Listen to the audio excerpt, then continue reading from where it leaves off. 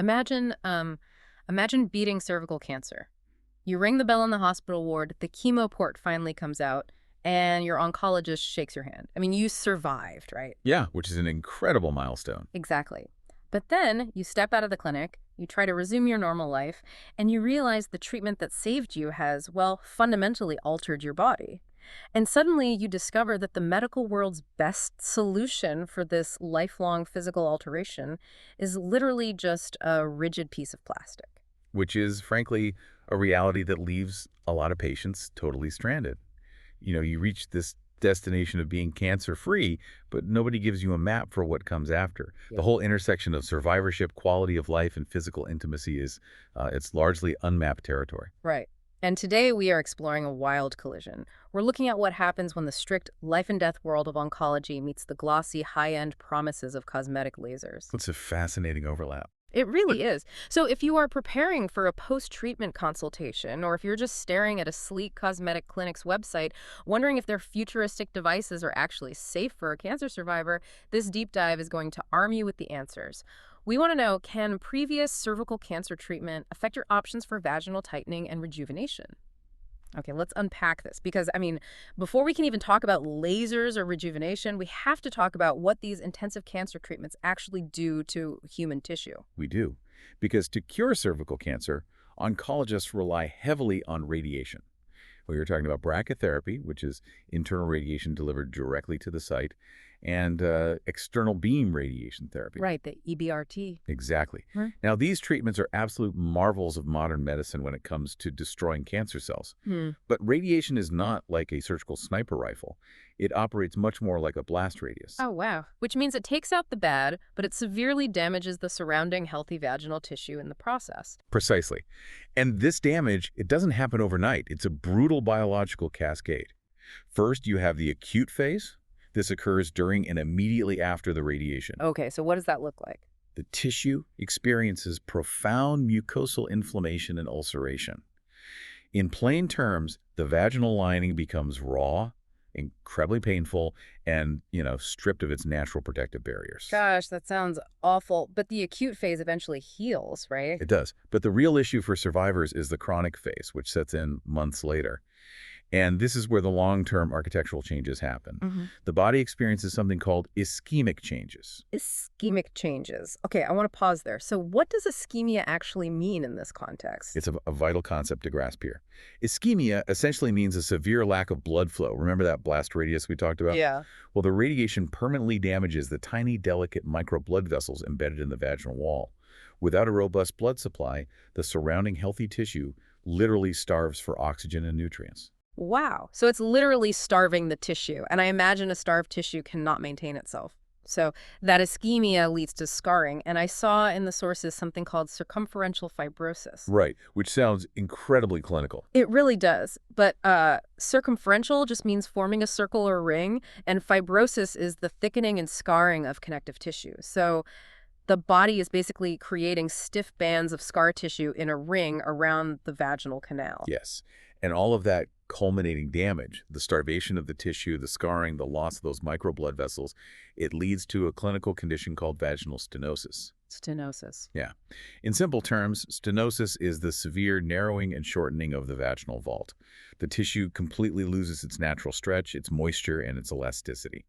To put some hard numbers to this, I was looking at clinical data from a retrospective review by Brand and colleagues. This was back in 2006, and it reveals just how common this is. They found that 38% of patients develop this stenosis. Which is a huge number. Right. Almost 4 in 10. And it happens fast, usually within the very first year of completing radiation. And your risk shoots up based on specific factors. For instance, if you are over 50 years old. Which makes total biological sense because baseline estrogen drops after menopause, meaning the tissue is already losing some of its natural resilience before the radiation even hits. Exactly. Other major risk factors include receiving a high total radiation dose, specifically anything greater than 14 gray, which is a massive threshold for cellular trauma, It really is. or having more than 60% of the vaginal canal treated. If you hit those markers, your risk of developing this profound narrowing is incredibly high. And we cannot understate the physical reality of that narrowing. I mean, it can make standard pelvic examinations excruciatingly painful.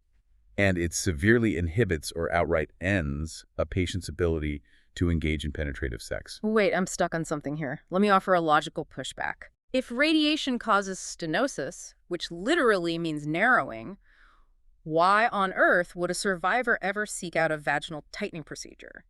Aren't they already experiencing a tightening of the tissue? I see where you're going with this. To use an analogy, it sounds a lot like a severe burn scar.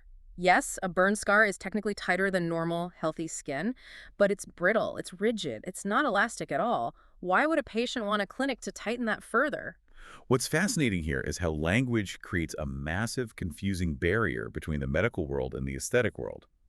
When a cosmetic clinic advertises vaginal tightening, they're not talking about reducing the physical diameter of the canal like a burn scar does. Okay, so what do they mean? In the aesthetic realm, tightening actually means restoring youthfulness.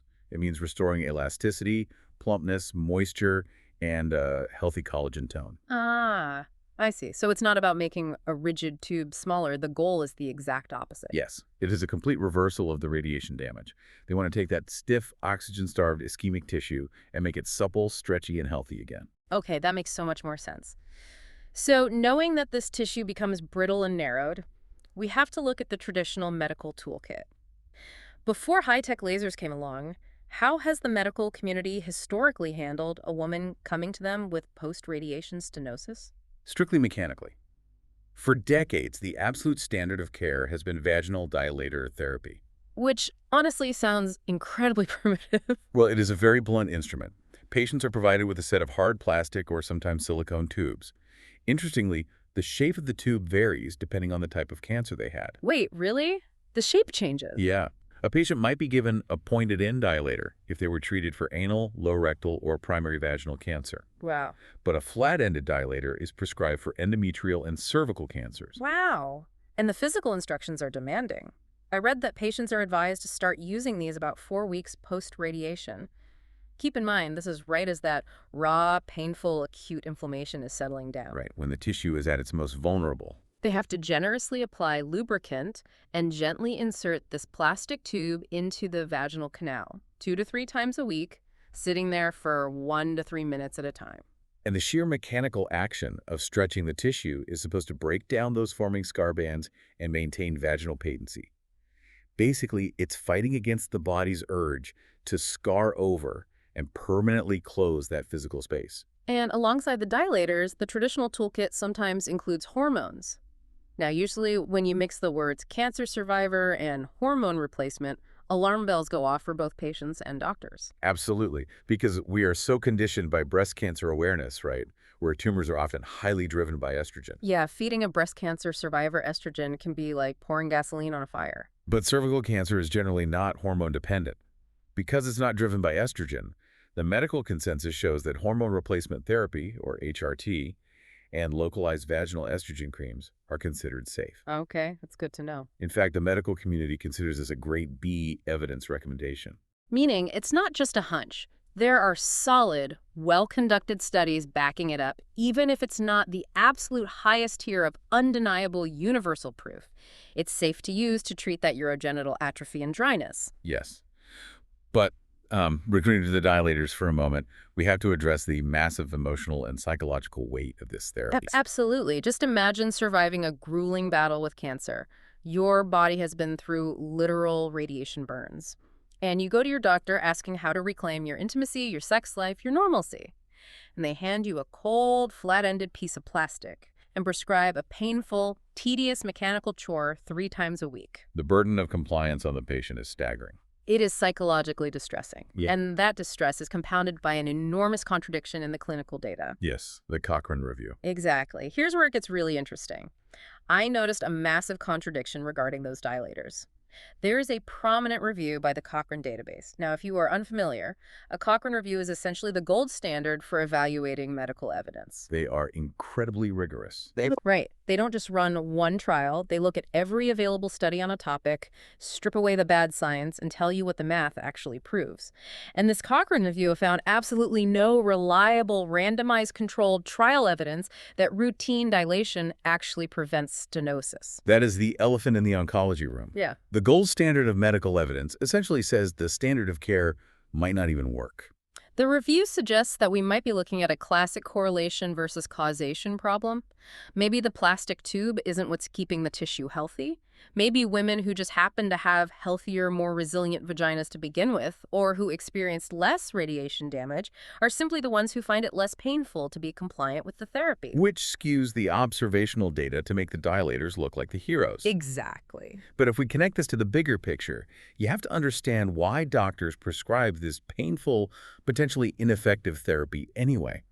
Because even if it's not a perfect preventative tool, maintaining that physical space is a matter of life and death. Because of the follow-up oncology exams. Yes, the oncologist needs to be able to physically examine the vaginal vault in the years following treatment. They have to get in there to ensure the cancer hasn't returned. If severe stenosis sets in and the canal completely closes, those crucial follow-up exams become impossible. That makes total sense. And the medical community also recognizes that preserving the option for sexual function is vital for a patient's humanity. Yeah. So they push the dilators because, frankly, it is the best mechanical tool they currently have. But let's be honest, it is a tedious, emotionally fraught fix. Which brings us to the modern era, because if you step outside the sterile oncology ward and walk into a plush, high-end cosmetic clinic, you are presented with a very different toolkit. A completely different world. We are talking about the rapid rise of rejuvenation tech, specifically energy-based devices or EBDs. This is where the realms of aesthetics and gynecology have really merged. There are two main non-surgical technologies dominating this space right now. The first is lasers, specifically fractional CO2 and erbium lasers. Okay. And the second is radiofrequency, or RF devices, which use electrical currents. You'll see these marketed under slick brand names like Thermiva, Forma V, or Morpheus V. So what does this all mean? How do they actually work? What makes a fractional CO2 laser different from, like, a laser pointer or the laser they use to burn away hair follicles? The best way to visualize it is to think about high-end facial treatments. If you've ever heard of microneedling or laser skin resurfacing for wrinkles on your face, it is the exact same underlying science, just applied to the pelvic region. Oh, wow. Okay. Yeah, these devices don't just scorch the surface. They deliver micro-targeted controlled thermal energy, which is heat, or they create microscopic injuries in the vaginal walls. Which feels like a massive paradox. Let me theorize here for a second. Okay. We just established that radiation damaged this tissue in a way that is similar to a burn scar. Why doesn't the thermal laser just cause another burn scar? How does burning tissue inside the vaginal canal actually bring it back to a youthful state? It's a brilliant question, and the difference lies in the mechanism of injury. Radiation is indiscriminate. It destroys DNA and obliterates the microblood vessels. Energy-based devices are incredibly precise. So they're targeting something specific. Yes. They rely on triggering the body's natural healing cascade without destroying the underlying architecture. When you apply that controlled, micro-targeted heat, the existing tired collagen fibers immediately contract. But more importantly, the heat tricks the body into rushing fresh blood flow to the area. This stimulates cells called fibroblasts. Ah, the little construction workers of the cellular world. Exactly. The heat wakes up the fibroblasts, and they start churning out brand new, healthy collagen and elastin.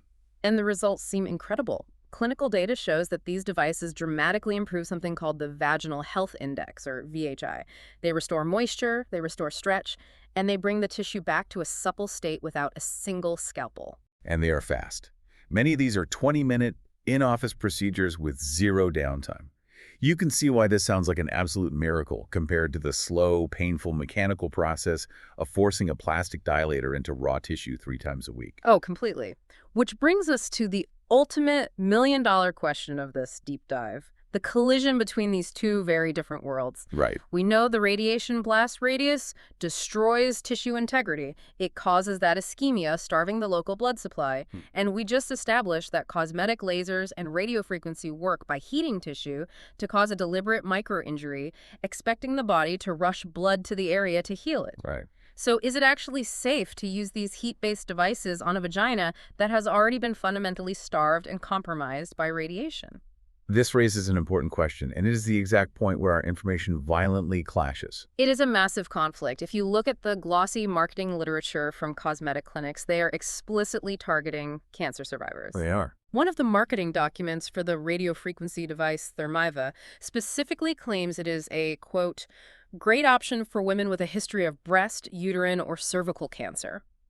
They frame it as the perfect high-tech solution to restore that dry, fragile, irradiated tissue. But then you turn around and look at the official clinical reviews. Look at the guidelines from NICE, the National Institute for Health and Care Excellence in the UK, which is incredibly rigorous. Yeah. When they reviewed the major clinical safety trials for transvaginal laser therapy, they published the exclusion criteria.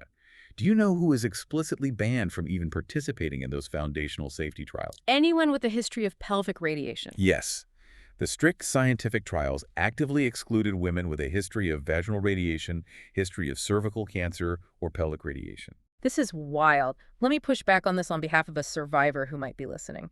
If you are a cervical cancer survivor, desperate for intimacy and normalcy, and you are looking at a sleek clinic's website, you are actively being sold a procedure that the strictest scientific trials in the world won't even test on you yet.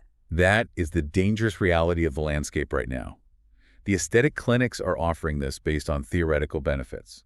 They know how the biology works. Heat stimulates fibroblasts to make collagen. Right. And they have anecdotal evidence and small case series showing that some survivors feel much better after the treatment. But the major clinical trials actively excluded these women out of an extreme abundance of caution. Because their tissue is already starved of blood flow. Precisely. The logic of the scientists is this. If tissue has poor blood flow because the radiation obliterated the microvessels and you apply a thermal laser to cause a microinjury, the tissue might not have the biological resources to mount a healing response. So it just stays injured. Yes. Instead of waking up fibroblasts to build new collagen, you might just create a thermal burn that won't heal. It could turn into an ulcer, or worse, cause a fistula, which is a hole between the vagina and the bladder or rectum. That is terrifying. But the landscape isn't entirely bleak. There is some emerging small-scale data that offers genuine hope. There is. For example, a phase ICI study published by Perron and colleagues in 2020, they actually looked at 43 women who had undergone pelvic radiotherapy, and they found that, surprisingly, laser therapy did successfully improve both the vaginal length and the overall vaginal health index in these survivors without catastrophic complications. And we also see major medical organizations slowly opening the door. The American Urogynecologic Society, or AUGS, recently acknowledged that these energy-based devices show real promise for survivors dealing with medically induced atrophy. But there's a caveat, right? A massive caveat. They emphasize the glaring lack of large-scale randomized controlled trials in this specific vulnerable population. It is a classic medical catch-22. The cosmetic laser treatment might be exactly what survivors need to reclaim their quality of life, but the rigorous long-term data to guarantee its safety simply isn't there yet. Exactly. Which is why it is so incredibly important that if you are a survivor navigating this blank space on the map, you absolutely cannot just book a cosmetic laser treatment online without consulting your specific oncologist first. You can't. The cosmetic doctor understands the physics of the laser, but your oncologist understands the specific history of your tissue's trauma. You need both perspectives in the room. It requires a highly individualized approach. A patient who had a very low dose of radiation 5 years ago and has maintained good tissue health might be a fantastic candidate for radiofrequency. Right. Meanwhile, a patient who had a massive 15-gray dose, who is over 50, and who has severe stenosis might be at an incredibly high risk for complications like an ulcer. So to wrap up this journey, we have explored a deeply complex intersection today. We started by looking at how the incredible, life-saving reality of cervical cancer radiation fundamentally alters the vaginal architecture. It creates a blast radius that damages microblood vessels, leading to oxygen-starved tissue scarring and the severe narrowing known as stenosis. We looked at the heavy emotional and physical toll of traditional mechanical solutions, the reality of dilator therapy, which oncologists universally rely on to maintain physical space for life-saving follow-up exams. Despite the fact that Cochrane reviews show weak clinical data for its ability to actually prevent the scarring. And we also explored the relative safety of localized estrogen for these specific survivors. Then we stepped into the high-tech, glossy promise of the cosmetic world. We explored how lasers and radiofrequency use micro-targeted thermal energy to wake up fibroblasts and trick the body into producing fresh collagen. And most importantly, we highlighted the intense, unresolved tension between these two worlds. The aesthetic marketing that eagerly promises a cure for radiation-induced damage, directly conflicting with the cautious oncology guidelines that still view irradiated, oxygen-starved tissue as too risky to systematically test in large clinical trials. It really highlights something fundamental about modern medicine. The pursuit of health does not end the day you ring the bell and the cancer is gone. Quality of life, intimacy, and feeling comfortable in your own body, these things matter deeply to human They existence. absolutely do. But navigating the divide between the strict medical world and the enthusiastic cosmetic world requires serious critical thinking. It's about filling in that unmapped territory of survivorship with careful, scientifically informed decisions. Speaking of the future of that map, I want to leave you with a final, slightly provocative thought to mull over long after this deep dive ends. We spent all this time talking about how radiation permanently alters the tissue's blood supply, making heat-based lasers potentially risky because the tissue might lack the resources to heal a microinjury. Right. But what if the future of vaginal rejuvenation for cancer survivors doesn't rely on heat or injury at all? You mean, what if we skip the deliberate injury phase and go straight to the biological healing? Exactly.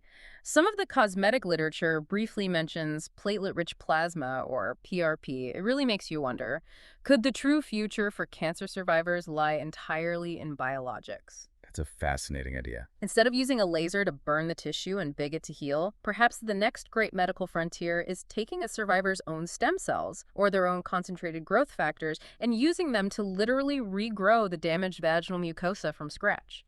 No heat, no lasers, no risk of fistulas, just pure biological regeneration. It is a fascinating frontier. Yeah. And if scientists can master that, it might just be the key to safely and painlessly reclaiming life after cancer. So, the next time you hear about a miracle aesthetic laser promising to fix everything, remember the complex biology happening beneath the surface. Science is getting there, but the territory is still being charted. Thanks for joining us on this deep dive.